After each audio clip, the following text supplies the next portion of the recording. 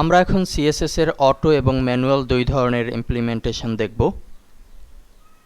Macromedia ড্রিমওয়েভারে কাজ করতে গেলে আমরা HTML তৈরির সাথে সাথে পাশাপাশি কিন্তু অটোমেটিক্যালি সিএসএস জেনারেট করতে পারি এবং এই একই সিএসএসকে বারবার আমাদের কাজের প্রেক্ষিতে ব্যবহার করতে পারি। যদি আমরা অটো একটি সিএসএস জেনারেট করতে যাই তাহলে যে জিনিসটি দেখব, অবশ্যই এটি ইন্টারনালভাবে হবে। ধরুন আমরা এখানে ক্যাসকেডিং স্টাইল শীট এই লাইনটিকে আমরা একটু কালার করব। আমরা নিচ থেকে ড্রিমওয়েভারের নিচ থেকে প্রপার্টিজের ভেতরে এখান থেকে আমরা কালার নিলাম, নীল একটি কালার চয়েস করলাম। সাইজ আমরা একটু বাড়িয়ে 18 করে দিলাম। আমরা আউটপুট দেখতে পাচ্ছি যে এখানে একটি ইমপ্লিমেন্টেশন হয়েছে। ক্যাসকেডিং স্টাইল শীট এটি নীল আকার হয়েছে, একটু সাইজে বড় হয়েছে। পাশাপাশি স্টাইলের ঘরে কিন্তু স্টাইল 1 নামে একটি সিএসএস স্টাইল জেনারেট হয়েছে। এখন এই স্টাইল 1কে আমরা যেখানে খুশি সেখানেই ব্যবহার করতে পারবো। আমরা যদি একটু কোডের ভিতরে চলে যাই, এখানেও কিন্তু দেখতে পাচ্ছি যে আমাদের যে বেসিক কমান্ড এর ভেতরে স্টাইল 1 নামে একটি কোড জেনারেট হয়েছে, যার কালার দেয়া হয়েছে এবং ফন্ট সাইজ, যে দুটো জিনিস আমরা করেছি সেই দুটো জিনিস কিন্তু এখানে চলে এসেছে। এখন এই একই স্টাইলকে, এই স্টাইল 1কে আমরা সহজে আমরা এখানে প্রেজেন্টেড এই কথাটিকে যদি আমরা স্টাইল 1 দ্বারা পূর্ণ করতে চাই তাহলে আমরা শুধু স্টাইলে গিয়ে স্টাইল 1 ক্লিক করব, যার ফলে আমরা দেখতে পাচ্ছি যে আউটপুটটা কিন্তু প্রেজেন্ট এই লেখাটি নীল এবং সাইজটি বড় হয়েছে। অর্থাৎ একবার আমি স্টাইল জেনারেট করেছি এবং বারবারই স্টাইল থেকে চুজ করে এই একই স্টাইলকে আমরা ভিন্নভাবে ভিন্ন জায়গায় ইউজ করতে পারছি। আমরা যদি টোটাল সাইটটিকে একটু আউটপুটে দেখি,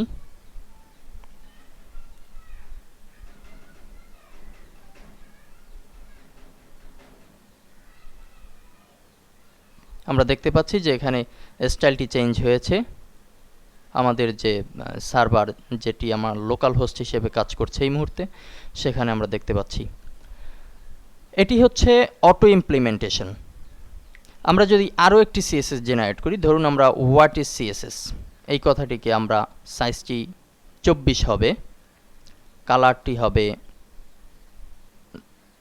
একটি কালার দিলাম এবং এটি বোল্ড না হয়ে আমরা দিচ্ছি ইতালিক, এই ধরনের একটি সিএসএস জেনারেট করলাম। হোয়াট ইজ সিএসএস এটি জেনারেটের ফলে স্টাইল 2 নামে একটি স্টাইল আমরা দেখতে পাচ্ছি স্টাইলের সামনে, এবং কোডের ভিতরে যদি যাই তাহলে দেখতে পাচ্ছি স্টাইল 2, এখানে ফন্ট সাইজ 24, কালার দেয়া হয়েছে একটি ফন্ট স্টাইল ইতালিক। এই যে বিষয়গুলো জেনারেট হলো, এই একই জিনিস কিন্তু আমি আবার অন্য সব জায়গায়, ধরুন এই লেখাটির উপরে আমি স্টাইল 2কে ব্যবহার করব, তখন আমি স্টাইলে গিয়ে শুধুমাত্র স্টাইল 2 দিয়ে দিলে কিন্তু এটি হয়েছে। আমি যদি এই লেখাটির উপরে দিতে যাই তখন স্টাইলে গিয়ে স্টাইল 2 এই লেখাটি দিব, হয়ে গেল। খুব সহজেই কিন্তু আমরা আমাদের সিএসএসকে অটোমেটিক্যালি আপডেট করতে পারছি। আমরা দেখতে পাচ্ছি যে আউটপুটেও কিন্তু কোনো রকম ব্যতিক্রম নেই, সকল কিছু যেভাবে স্টাইল ডিক্লেয়ার করা হয়েছিল ঠিক সেভাবেই ইমপ্লিমেন্টেশন হয়েছে। এখন আমরা অটো না করে একটু ম্যানুয়ালি যদি আমরা ম্যাক্রোমিডিয়া ড্রিমওয়েভারে একই কাজটি করতে যাই তখন আমাদের কি করতে হবে? আমরা যাব উইন্ডো থেকে সিএসএস স্টাইল, এখানে ডান পাশে যে সিএসএস লেখা আছে এর উপরে যদি ক্লিক করি তাহলে এটি বড় হবে এবং বিভিন্ন ঘর আমরা দেখতে পাচ্ছি। এতক্ষণ আমরা যে অটো ইমপ্লিমেন্টেশন করেছি সেখানে কিন্তু স্টাইল 1, 2 এইভাবে হয়েছে, কিন্তু আমি যদি চাই যে স্টাইলের নাম হবে আমার মতো, আমার নিজের ইচ্ছে মতো, তখন যে কাজটি করতে হবে, আমরা যাচ্ছি এখানে সিএসএস এর ভেতরে নিউ সিএসএস রুলস, আমরা ডান পাশে যে জিনিসটি দেখতে পাচ্ছি নিউ সিএসএস রুলস, এখানে ক্লিক করলে একটি ডায়ালগ বক্স আসবে, সেখানে আমরা নাম দিব, ধরুন ফন্ট স্টাইল, এই নামে একটি সিএসএস কোড জেনারেট হবে এবং এটি হবে দিস ডকুমেন্ট অনলি, এবং এটির সিলেক্টর টাইপটি হবে ক্লাস। আমরা ইন্টারনাল সিএসএস ব্যবহারের ক্ষেত্রে ম্যাক্সিমাম পর্যায়েই ক্লাস ব্যবহার করব এবং যেটি অটো জেনারেট হয় সেখানেও আমরা দেখে থাকি যে এটি ক্লাস হিসেবে জেনারেট হয়।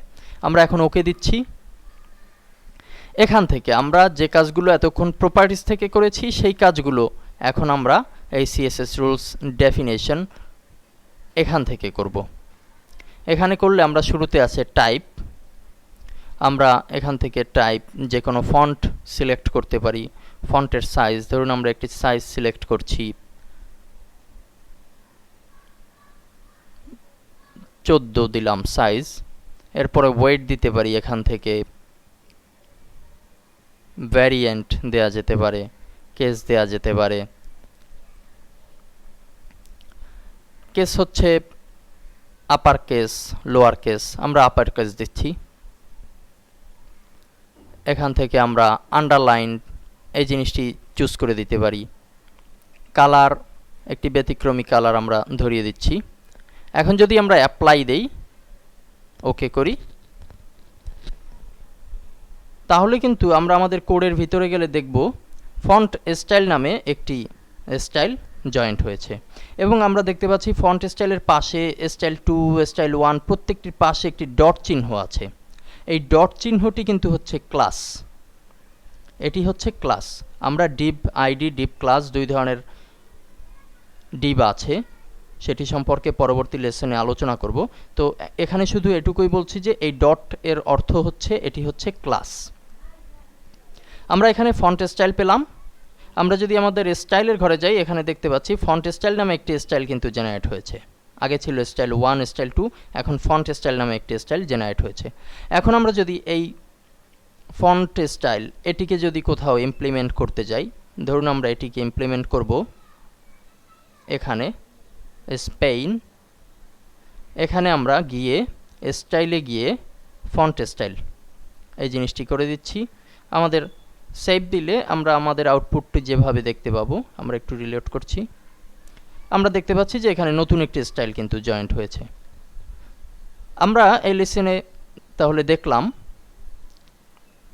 ইন্টারনাল সিএসএস ডিজাইন করার ক্ষেত্রে একটি করা যায় অটো ইমপ্লিমেন্টেশন, আরেকটি হচ্ছে ম্যানুয়ালি। অটো হচ্ছে প্রপার্টিজের ভেতর থেকে, ম্যানুয়ালি হচ্ছে সিএসএস নামক এই বাটনের ভেতর থেকে। এভাবে করে আমরা কিন্তু খুব সহজেই আমাদের স্টাইলকে ডিফাইন করতে পারি। আমরা যে সকল কাজগুলো এখন দেখব সবগুলো কাজই ইন্টারনাল সিএসএস বেজ হবে এবং পরবর্তীতে আমরা যখন টেমপ্লেট তৈরি করব তখন সেটিকে আমরা এক্সটার্নাল ফাইলের মাধ্যমে দেখাবো। ধন্যবাদ।